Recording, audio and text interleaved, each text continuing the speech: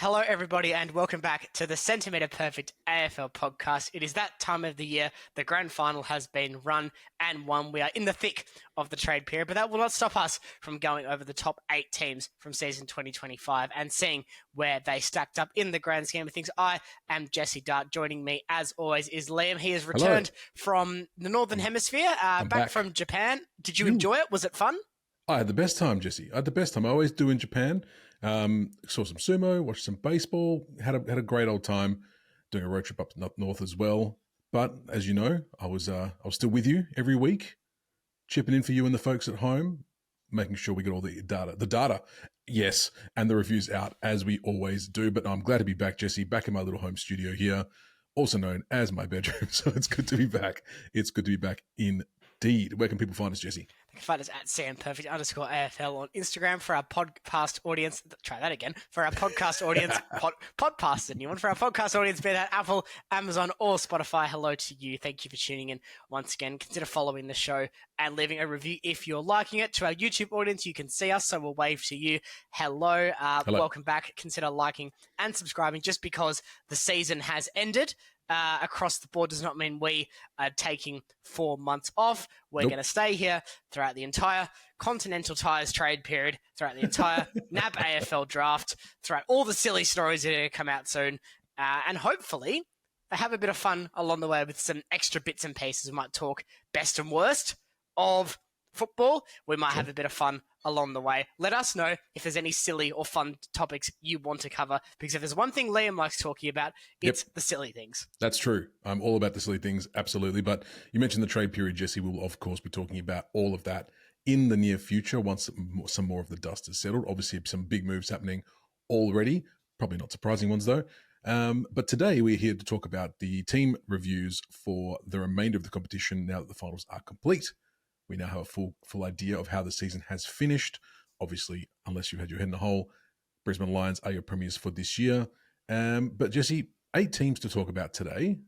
We're going to start in. We're still going to go by the ladder though. So 8 through to first, how they finished and where they finished.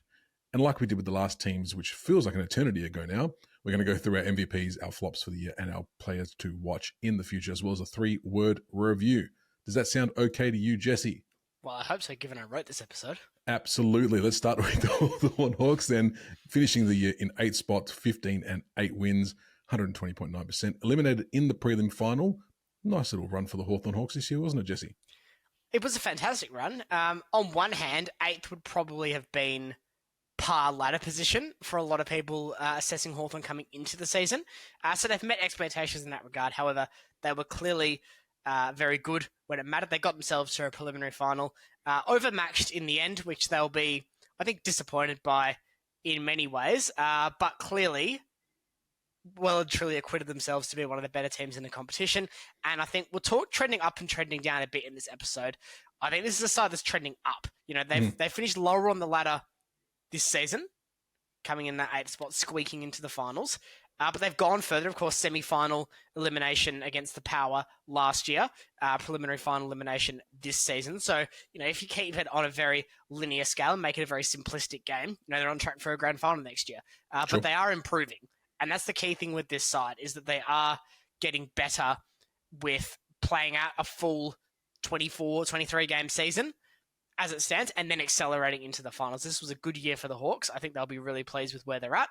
And more importantly for them, they know they have a lot to come. It's been quite a rapid development of the Hawthorn Hawks by Sam Mitchell across the last couple of years. And obviously, you know, our painted Fun Hawthorn win chant has been going off almost on a weekly basis as of late. And yeah, I mean, 8th in a year that's this, obviously they finished lower on the ladder this year, but in a season that was quite tight, I mean, whatever, you know what I mean? Like they could have finished a bit higher, but that's one win. Do you know what I mean? Like that could be 1 win, 1.5 wins as it were. But no, they're a fantastic young team, Hawks. And speaking of young, let's go through your players, Jesse, real quick. Your MVP ain't nothing but young. Ain't nothing but young? Ain't young. Jack Gunston, winding back the clock this year. Why have you put him as your MVP? Well, I mean, he squared 60 goals out of a forward who, for many, was past it, coming back down from Brisbane, having left Hawthorn to go up north. For him to turn that around in the way that he has. The thing I like the most about Jack Gunston is what he does isn't complex, and the way he plays football isn't revolutionary. He's a lead-up forward who goes at the ball carrier, uses his relative speed to his advantage, and relies on his teammates to deliver the ball in a position where he will be able to get a clean mark at it. That sounds so simple, and it's taught at such a young fundamental age, and yet a lot of forwards don't seem to do that anymore. Gunston is the definition of meat and potatoes when it comes to a key forward in 2025 and going into 2026. He is old school to the letter, but he is as effective as any forward in this competition. He didn't have a perfect season. I think his goals kicking record against lower sides was a lot better than it was against higher sides.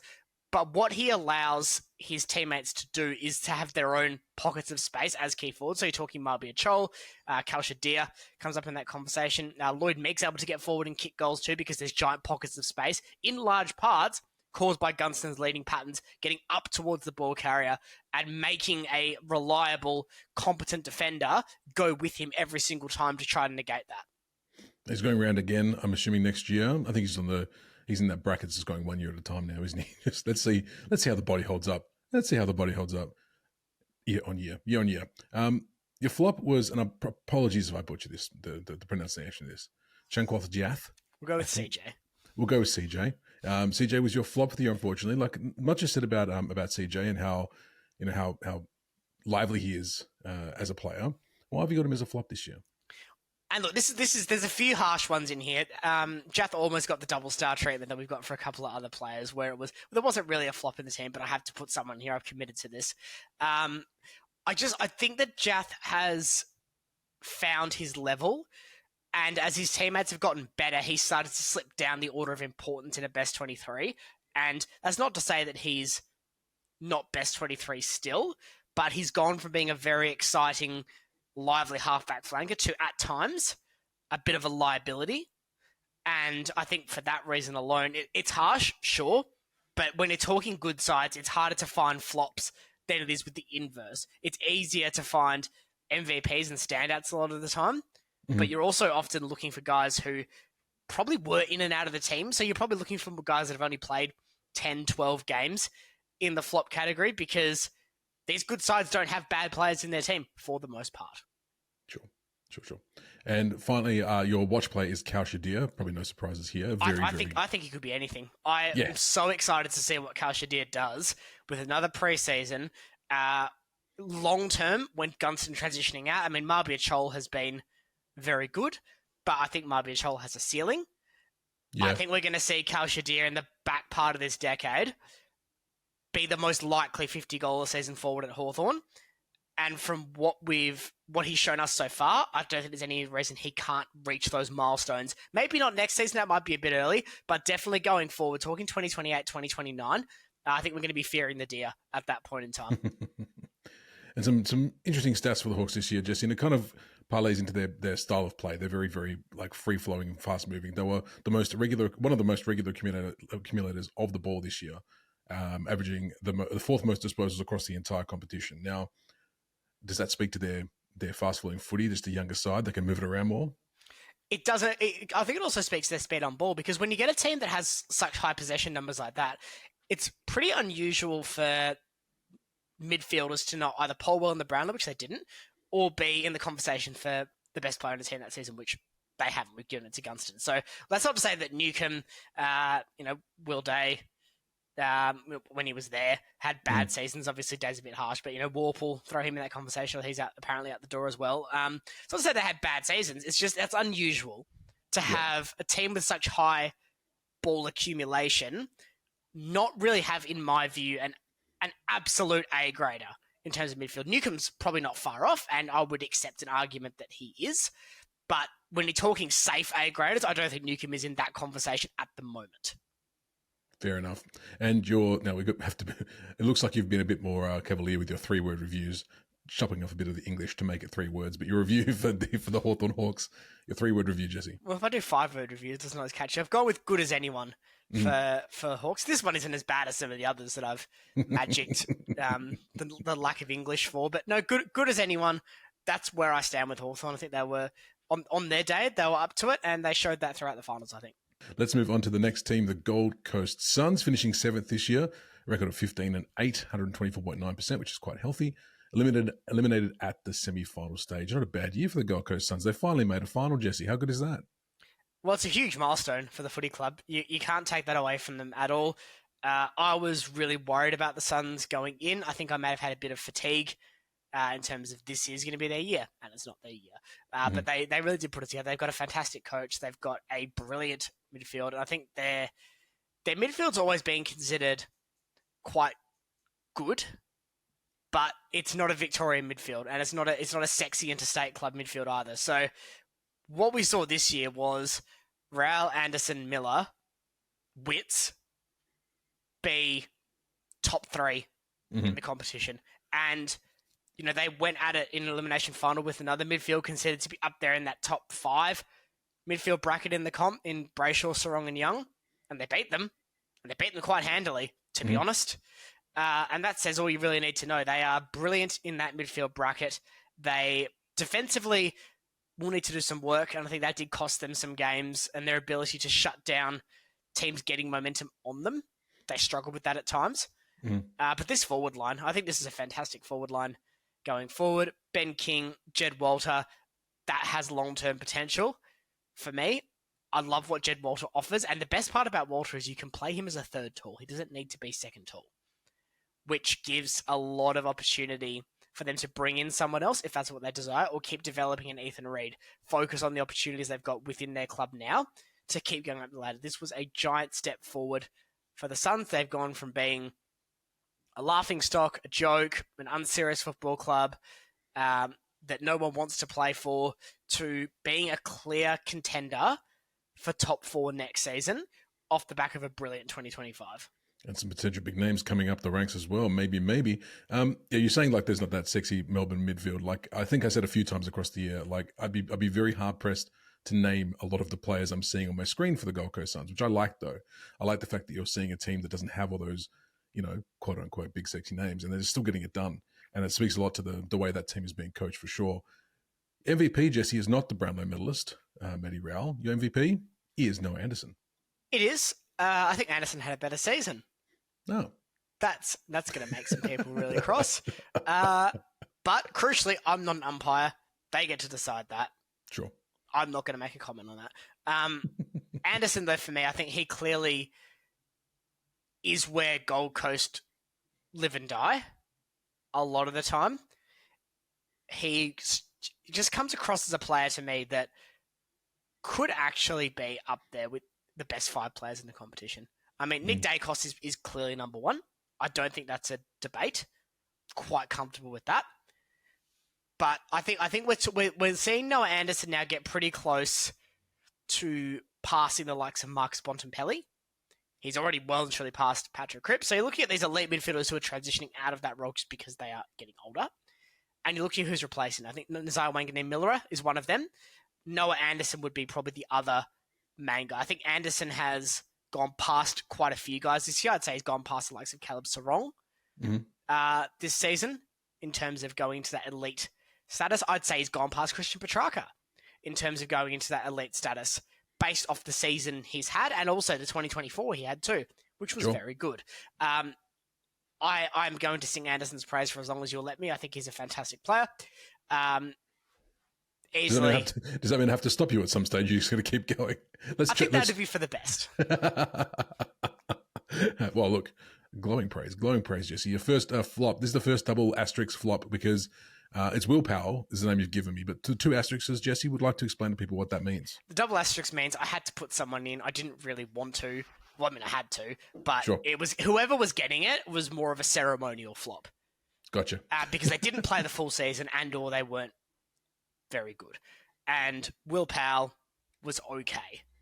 But you're looking for, when he's got a side like the Suns, they're now in this phase where they need to fine-tune what they have, and they're very close. So guys like Will Powell start looking over their shoulder and say, well, am I going to be best 22 if the Suns do flutter around some movement in this trade period? We know there's lots of rumours going on there about ins and outs. All of a sudden does Will Powell end up on the bench and then risks a bad couple of weeks of form, becomes out of the team? I think that's where Will Power is potentially at the moment. It's not to say that he won't cement himself solidly as a best 23. Some Gold Coast fans might come and tell me that he already is cemented best 23 in their eyes, and that is completely fair enough. But again, ceremonial.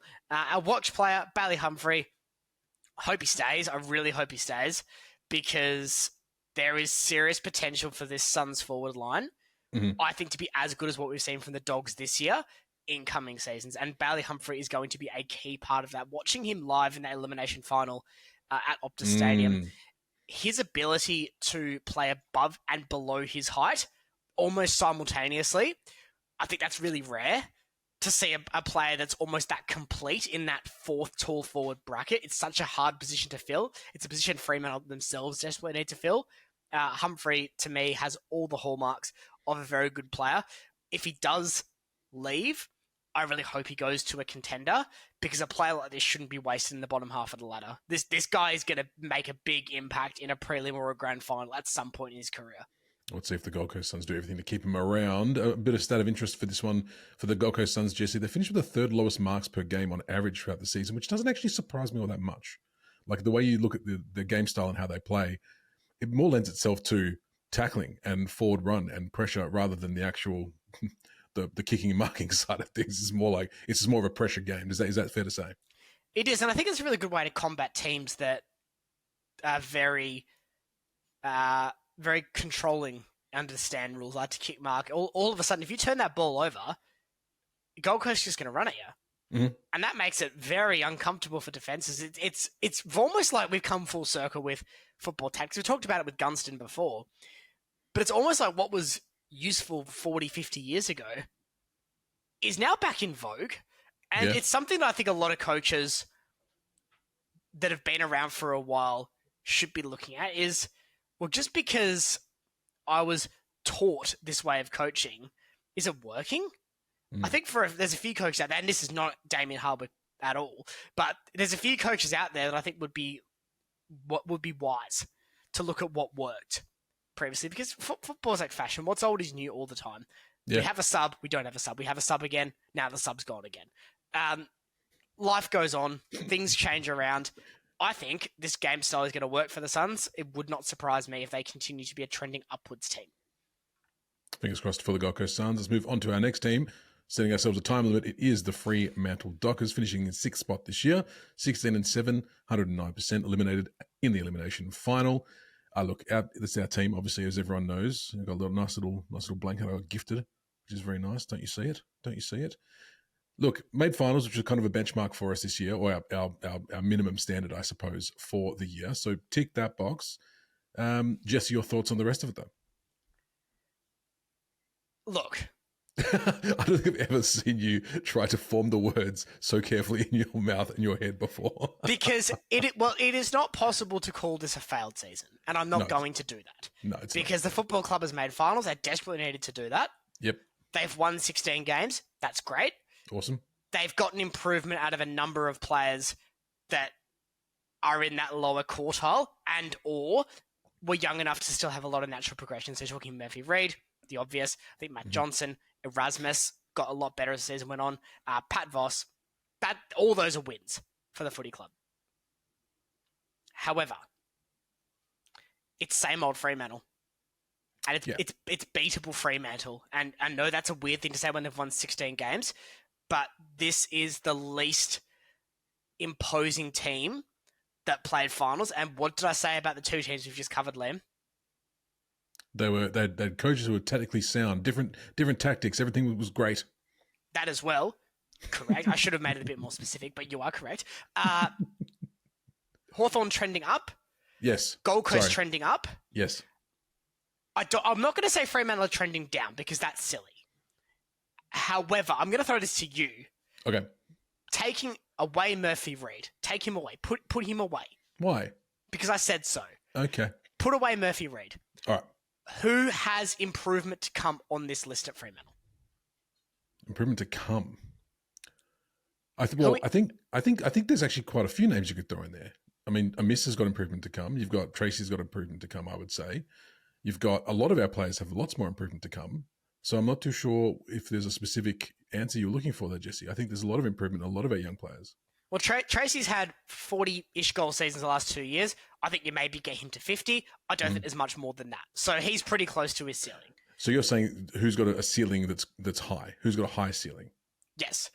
Strong's at his ceiling, Brachel's at his ceiling, Young's at his ceiling, Jackson's at his ceiling. I'd say Tracy's pretty close. I would say I'll give you Jai with the caveat that he is now going to play second tall, and that naturally limits a ceiling. He may have a higher talent ceiling, but his role, and we know they love that word, is going to keep him at a bit of a lower ceiling. Pierce, ceiling. Cox, ceiling.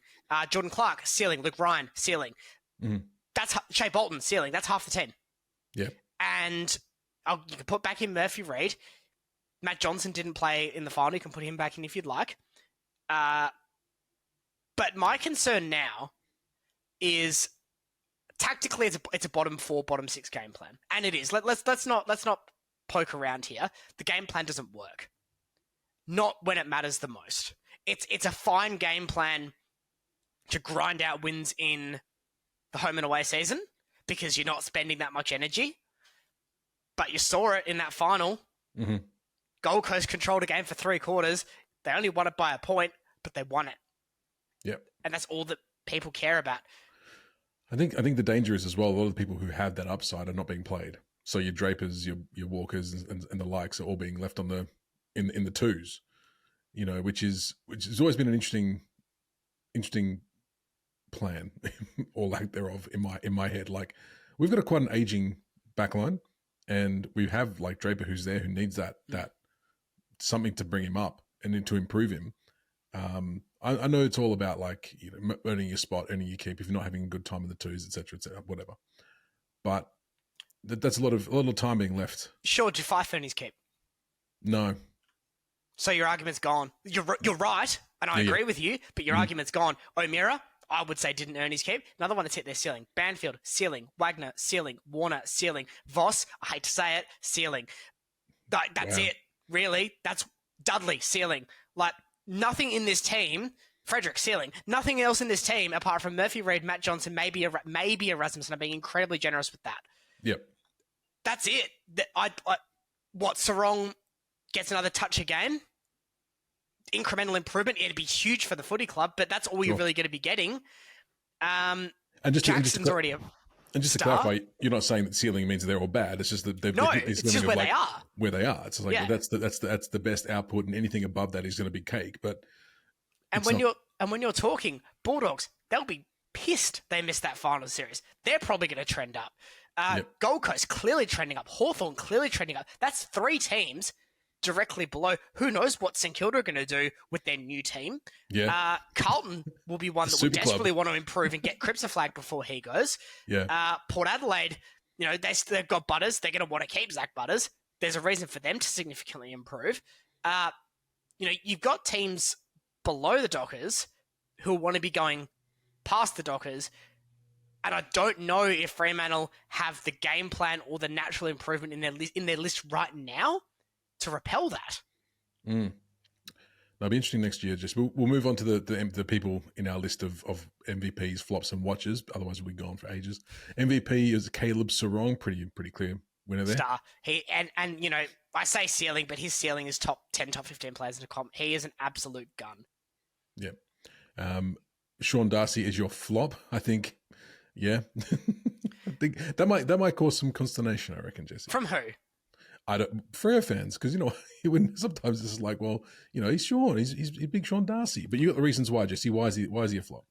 Okay, that's fine. Bear with me.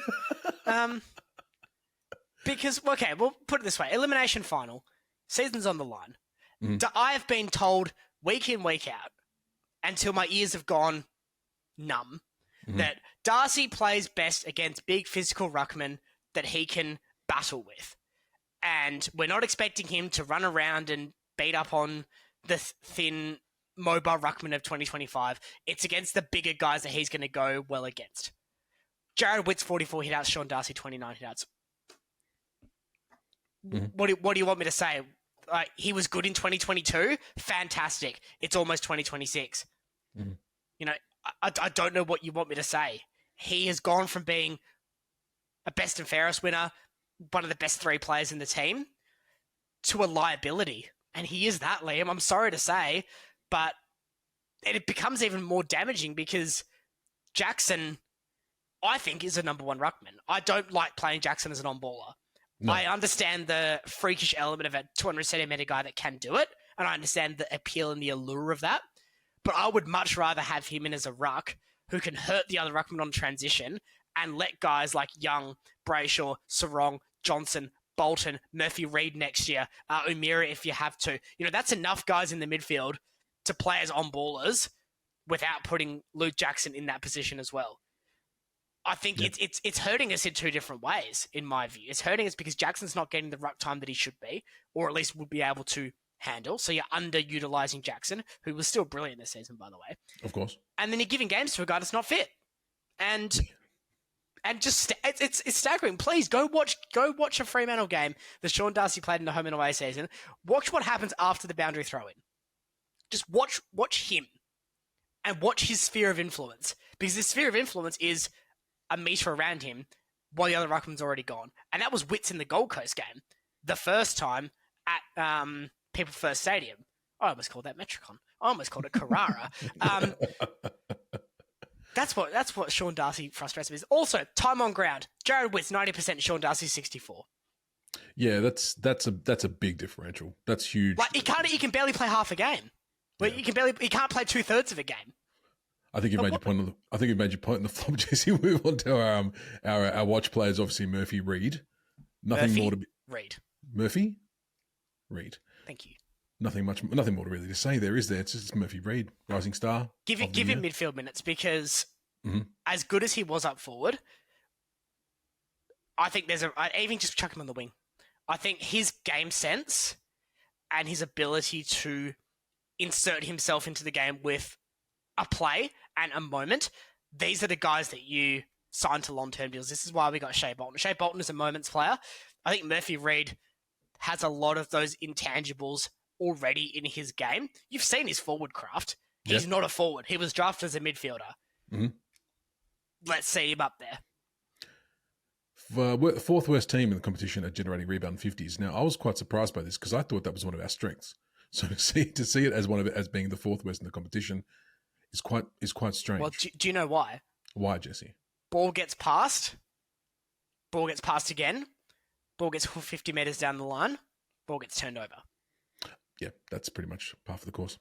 Which leads into your 3-word review, Jesse, which is need tactical revamp.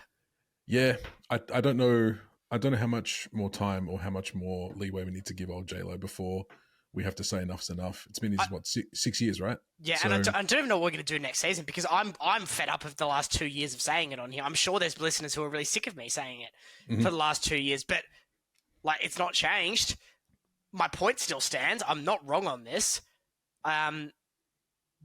There's been improvement from no finals to finals, but I think a lot of that this year was down to 35 goals from Voss. Who saw that coming? Be honest, nobody saw that coming. 30 goals from Reid. No one saw that coming. And a goal a game from Frederick. Probably icy in terms of likelihood of that. Mm-hmm. So huge spikes from Voss and Reid into that forward line allowed Fremantle to win games that otherwise wouldn't have. And you can see that in their percentage, because they scraped over the line a lot and were beaten badly when they went up for the fight. Yep. Now, before you get into comments for your fans, we come from a place of love for this team, and this is why I think so much of it comes across as being really harsh. It's because we want to see these guys do well, and it's just something that's just not quite there, and it's just and look, that's been pretty much the short end of it for the last 30 years. It's all right. I'll be harsh on the next team as well. All right, let's go to the GWS Giants, finishing in 5th place, 16-7-0, 115.3% eliminated in the elimination final. What's to say about them, Jesse? The old Giants. This was disappointing, and I thought their number was up when they drew Marble 5 and had to play an informed Hawthorn. Mm-hmm. To be honest, as a Dockers fan, I wanted the Giants in the finals. That was the team I was really hoping we could get. Mm-hmm. Didn't work out. Sure. Worked out very well for the Hawks. They staggered over the line, the Giants. They staggered into the finals. their worst is bad. And I think back to that game against the Bulldogs. I think that first half against Sydney, even though they were able to turn that game around, I think about their performances against Richmond was terrible. They won that game by 3 points, but they were horrendous for the majority of that game. And then for the majority of the final against Hawthorn, they were pretty bad too. Mm-hmm. Their best, almost unstoppable. The way they took on Geelong, brilliant. The way they took on Brisbane, very, very good. They can be up there with the best sides in this competition. They are up there with the best sides in this competition on their day. But we've seen this for a couple of seasons now. They can put in some real stinkers. And they probably, along with, I would say, Fremantle, would have the biggest difference in the top 8 between their best and their worst. And that makes it really hard to win premierships, even harder when you have to win 4 finals rather than 3. Mm-hmm. Your MVP was Aaron Cadden for the year. Pretty, I was going to say pretty easy one, but not really. There's a few players at the top of the Giants who could have probably taken this mantle, but you've gone with Aaron Cadden.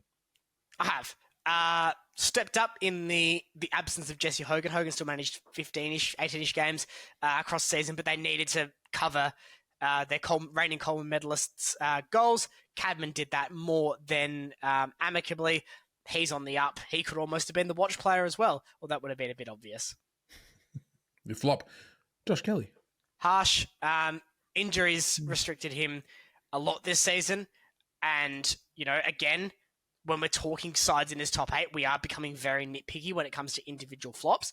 But I think Kelly is now in danger of having lost his spot in that dominant Giants midfield outlook, because Callahan, brilliant. Tom Green, brilliant. If they do get Clayton Oliver, that's 3. 3's a crowd in a midfield. Kelly's not going to play ruck. That becomes a concern for him. And your watch player is Joe Fonte. I think there's a really special player here. And it could go one of 2 ways. He could just end up being an okay player. But I think in a good, hard-running side, players like Fonte can really excel and really stand out as brilliant halfback flankers. I think there's a lot of Lockie Whitfield in Fonte. I'm really excited to see what he can produce. A worthy Rising Star nominee, starting to show what he can do. Let's hope he can kick on with that and be a real catalyst for the Giants in season 2026 and beyond, given guys like Whitfield probably don't have a lot left in the tank in terms of years to go. You said you were going to be harsh on the Giants as well, Jesse, but they were 4th in the competition for goal efficiency. I mean, that's pretty rad. That's what you want. For sure. And I think you talk about best and the worst. I mean, their best was deadly and unstoppable at times. I mean, look at how Geelong, the grand finalists, went against them in their games. It was, a Giants did the double on them. When they got the momentum against Hawthorn in the elimination final and came back, they looked like they were going to win. They're a brilliant team when their tails are up. They're a very beatable team when their tails are down. Yeah, I think very similar to Freo, they're a momentum side. Like if they're up and about and they're going, they will keep going. And that's where the tsunami comes in, as they call it, the Giant tsunami.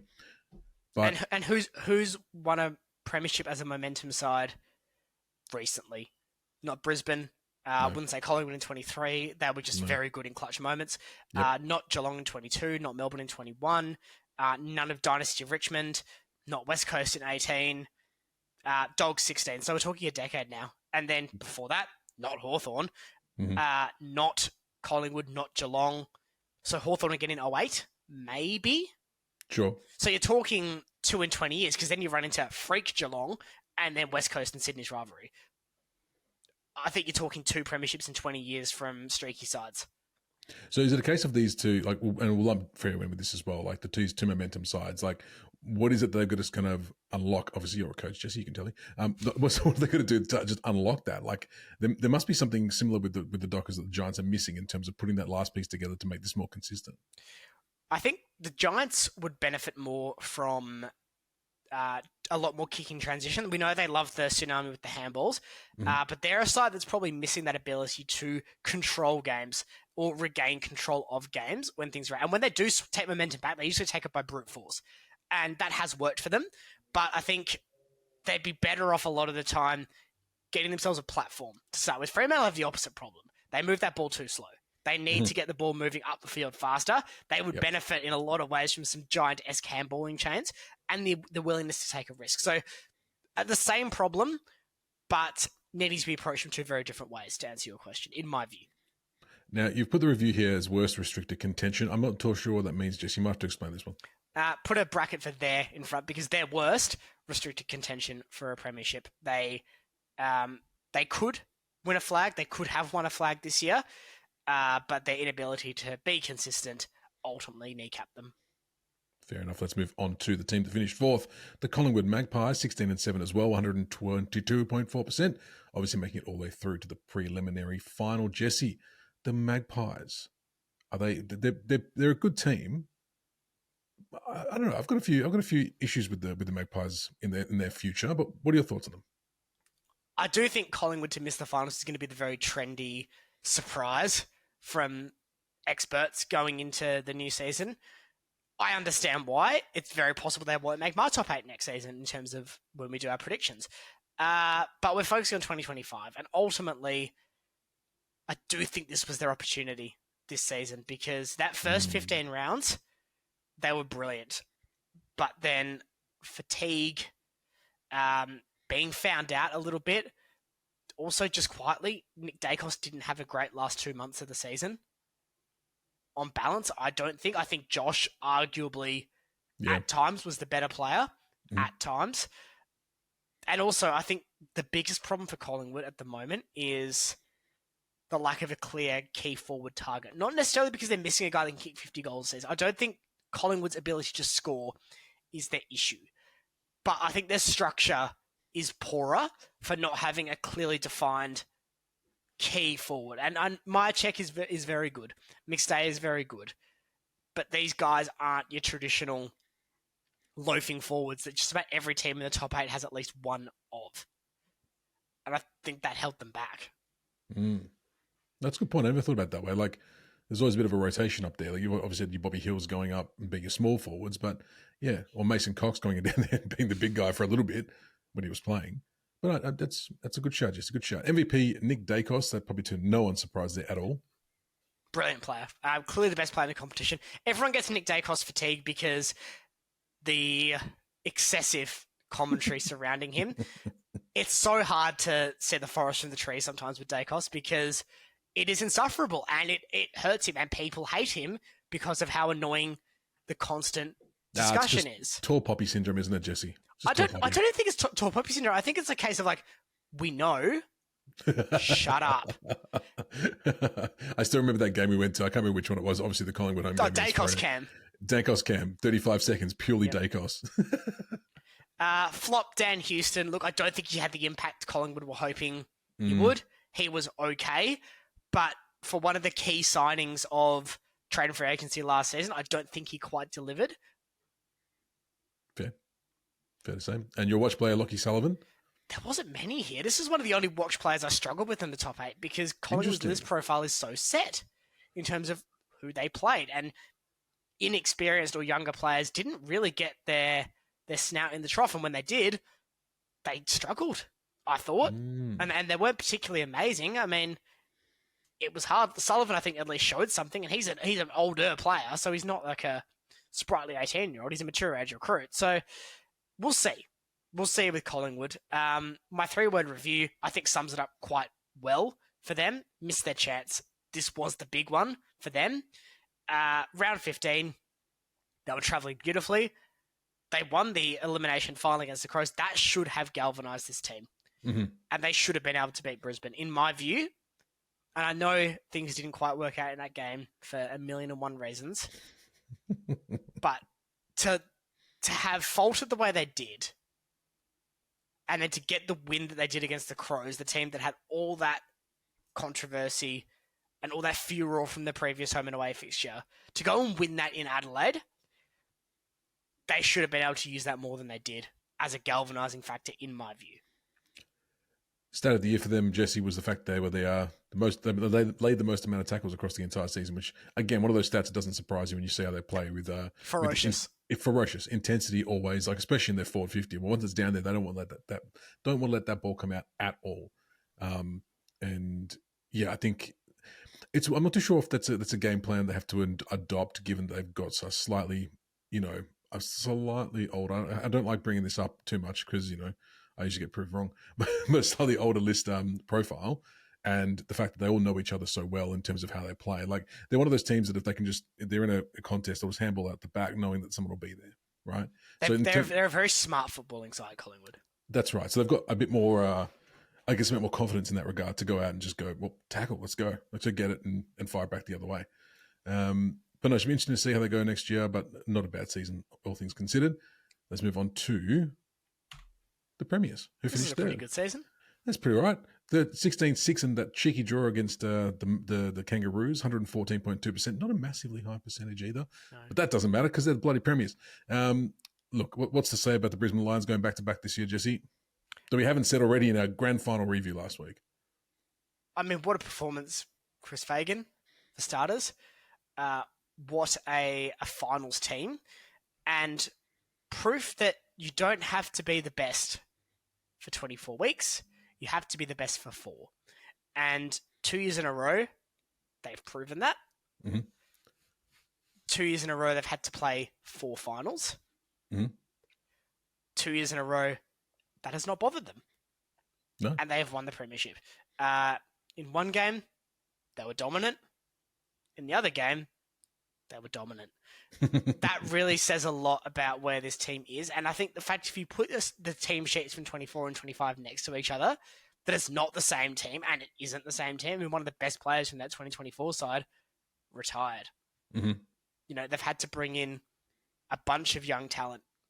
Talk about Levi Ashcroft, Sam Marshall, I know was subbed out, but a part of that team. Ty Gallup, 3 first-year players. There was a comment on our grand final review reminding me that all 3 of their first-year players played in the grand final, which was absolutely true and a very valid point as well. I forgot about poor Sam Marshall. I suppose what happens when he gets subbed out at halftime for one of the best players in the competition. But no, absolutely spot on with that. They have regenerated their list better than anyone in the competition alongside Geelong, and those 2 teams played in the grand final. And that says all you need to know about list building. I know they have a Northern Academy. I understand that. But they've still had to develop these kids. Yeah. And they're bearing the fruits of that labour. A lot of their best players aren't Northern Academy players. A lot of their best players aren't father-son players. I get really annoyed at the narrative that gets peddled from salty fans of clubs who are success stuffed. And I've heard this from Fremantle fans too, so it's not throwing stones from glass houses. I'm throwing stones at my glass house. I want it demolished.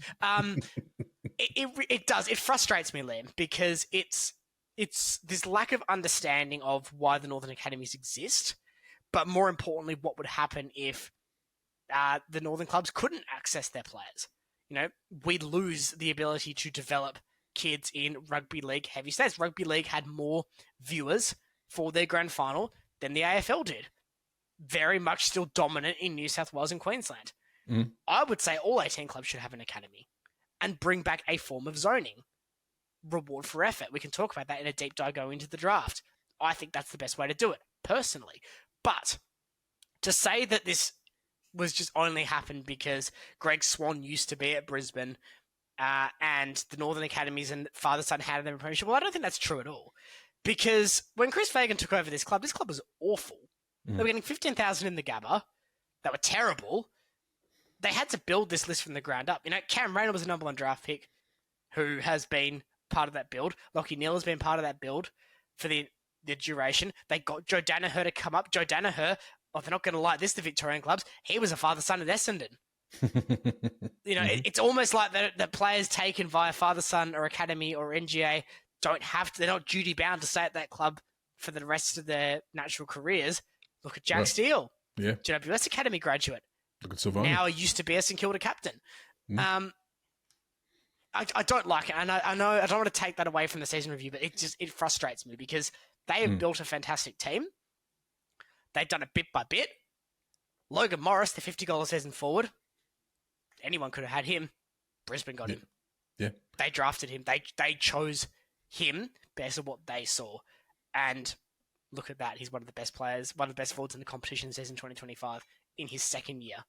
And it might be an interesting looking team or different looking team coming next year as well. A lot of people want to go up to Brisbane now. A lot of people want to go up there.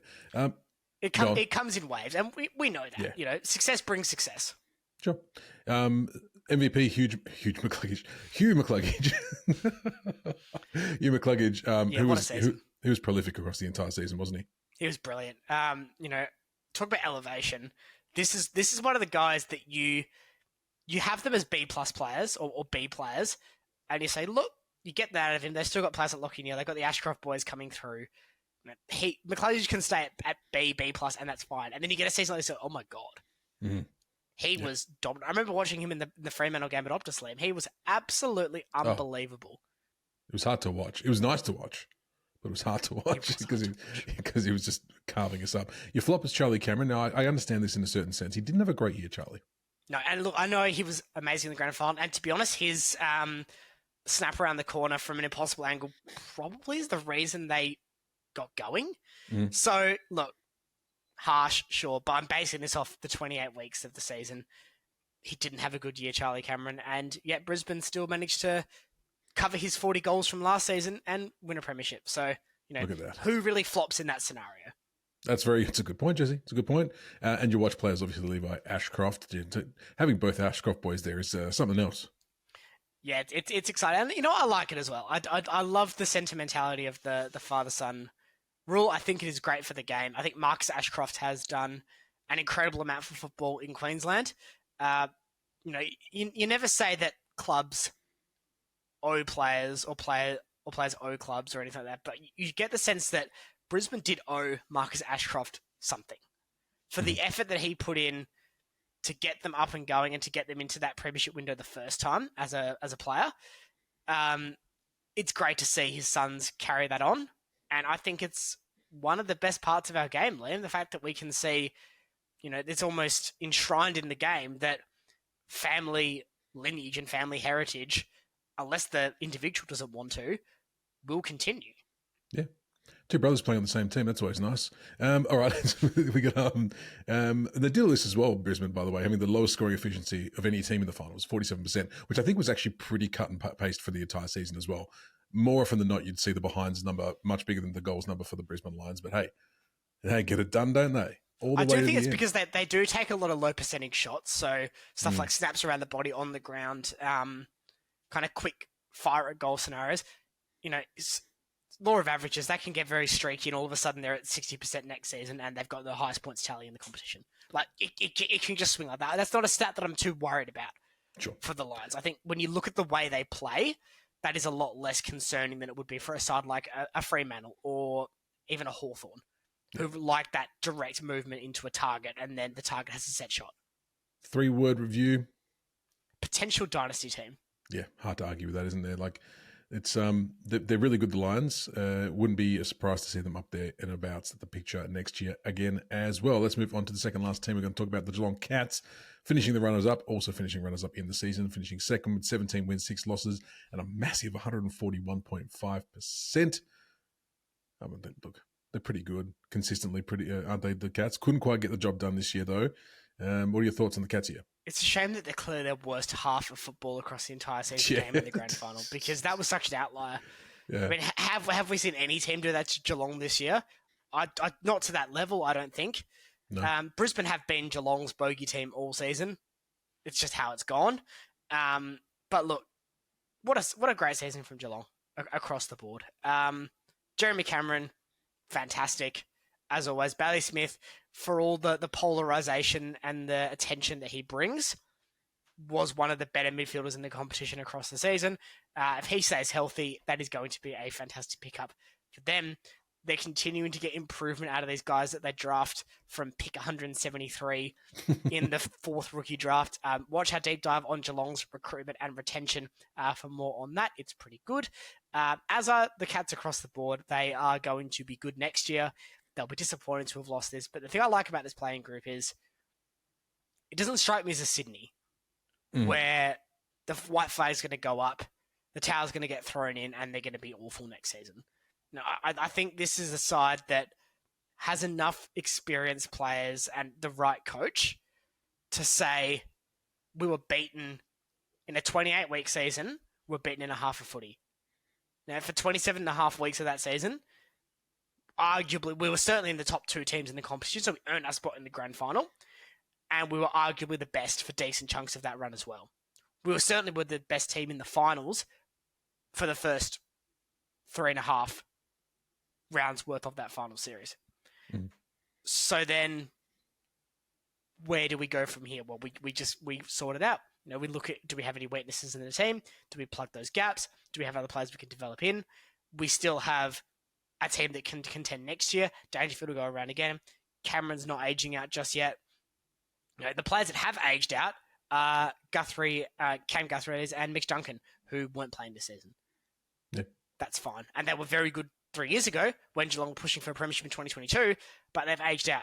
And now the Cats simply have and will regenerate their list. Yep, that's what they do. MVP, obviously, Jeremy Cameron, the common medalist for the year.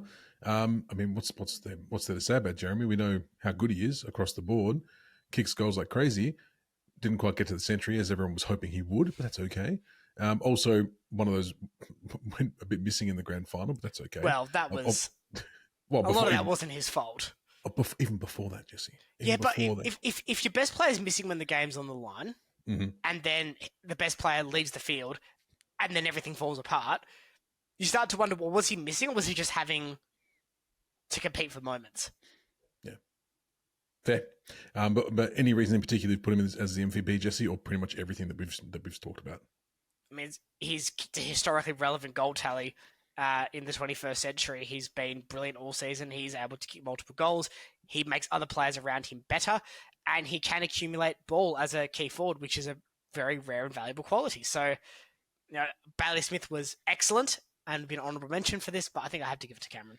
Fair enough. Flop Mitch Nevitt, obviously the 2 asterisks there, because this is one of your teams that you couldn't really think of on, Jesse, that right? Yeah, Nevitt probably wasn't best 22 coming in.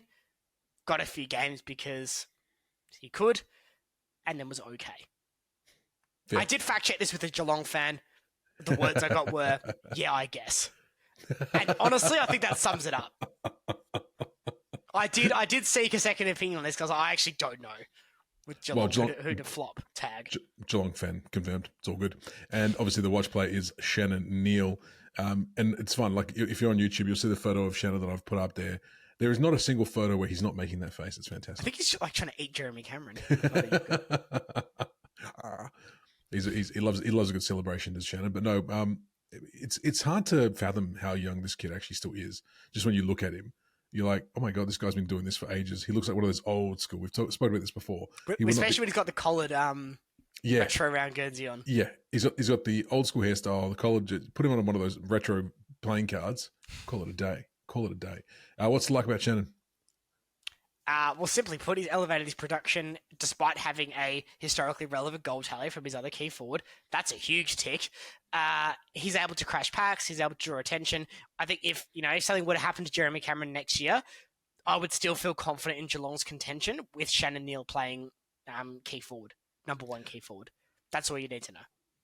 We've had the Gold Coast Suns, who are third lowest marks. We've got the tacklers in Collingwood.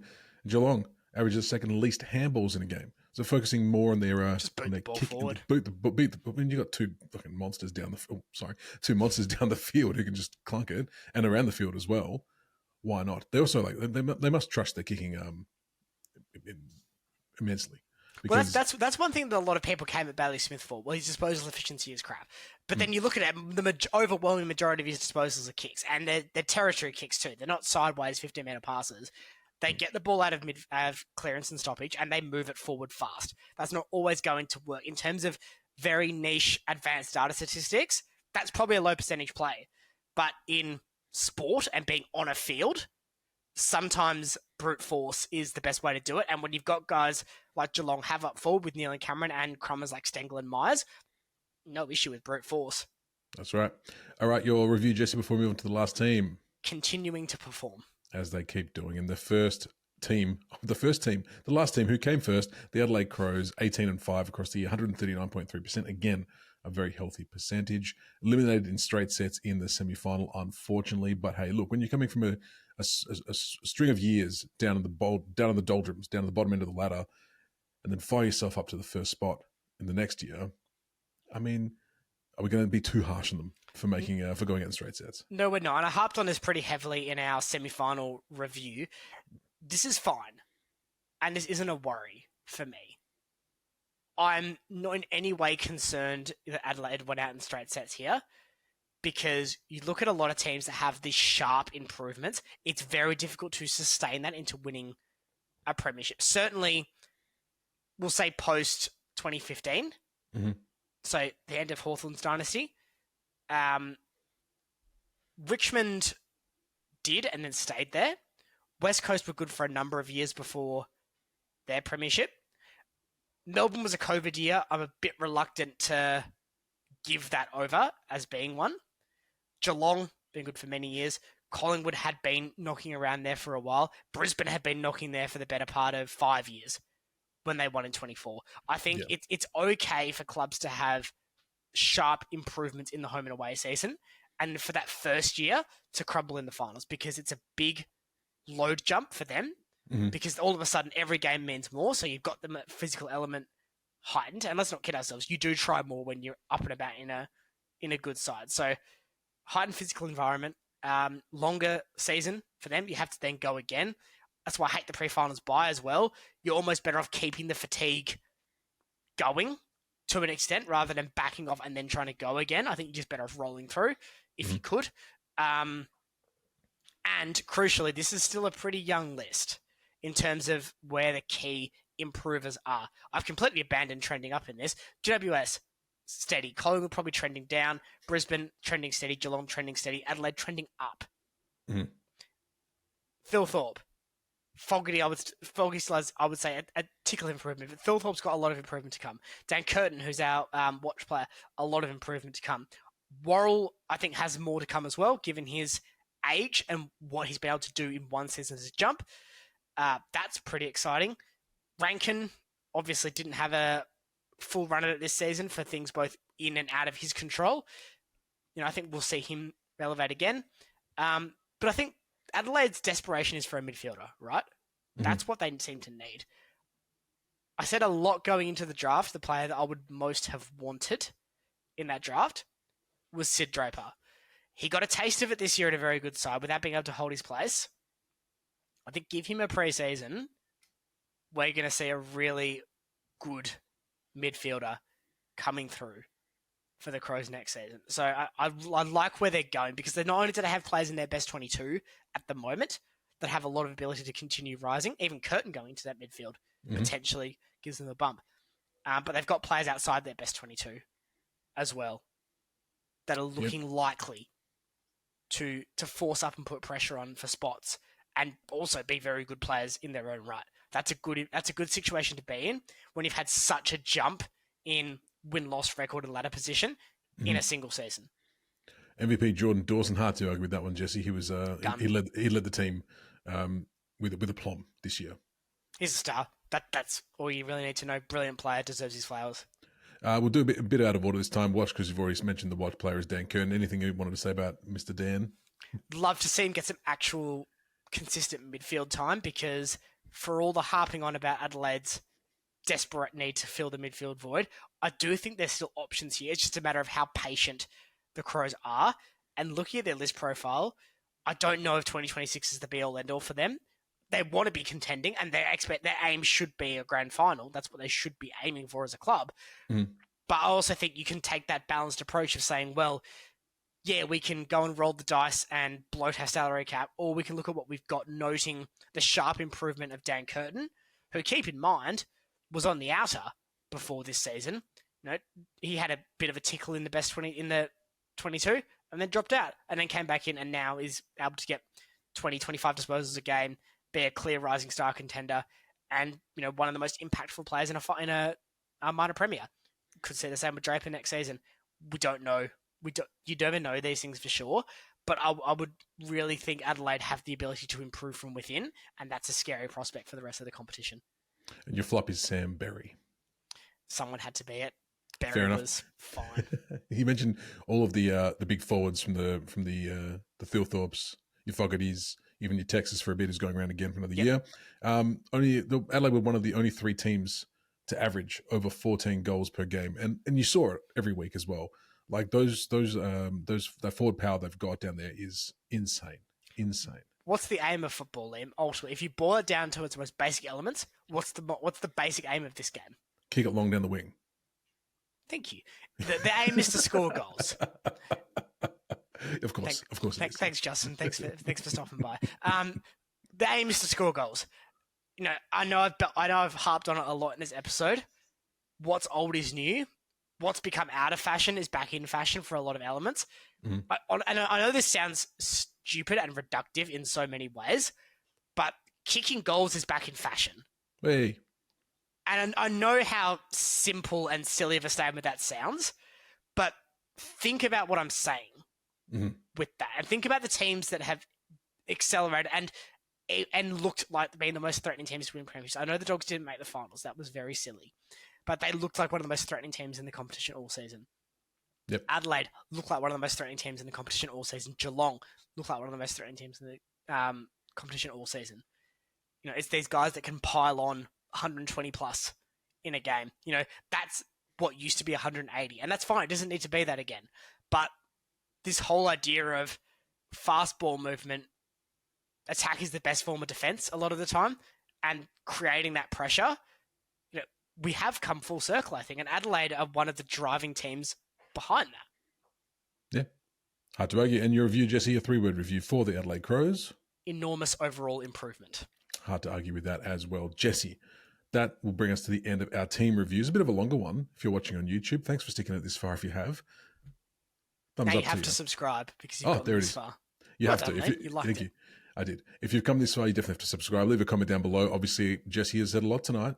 Some of it you might agree with, some of it you might not. But let us know either way down in the comments below. Make sure you like, share, subscribe. As always, Jesse, it's good to be home.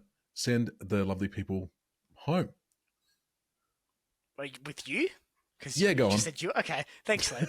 Thank you, everyone, for tuning in to the Centimetre Perfect AFL podcast. As Liam mentioned, a like, a share, a subscribe, a review, all much appreciated and do help grow our audience. I'm sure there are some lovely people out there that would love to find out what they're missing out on, which is, of course, the best way you can get our message out there, that being word of mouth. So tell your friends, tell your family, call into Trade Radio and tell them to trade out tradies and trade in the Centimetre Perfect AFL podcast. We'll have some trade coverage soon. We'll have some draft coverage soon with plenty in between. But enjoy your footy off season, whatever you're doing with that for the time being. We'll see you soon. Don't go anywhere from our channel because we have a lot to come on the Centimetre Perfect AFL podcast. Bye, everybody.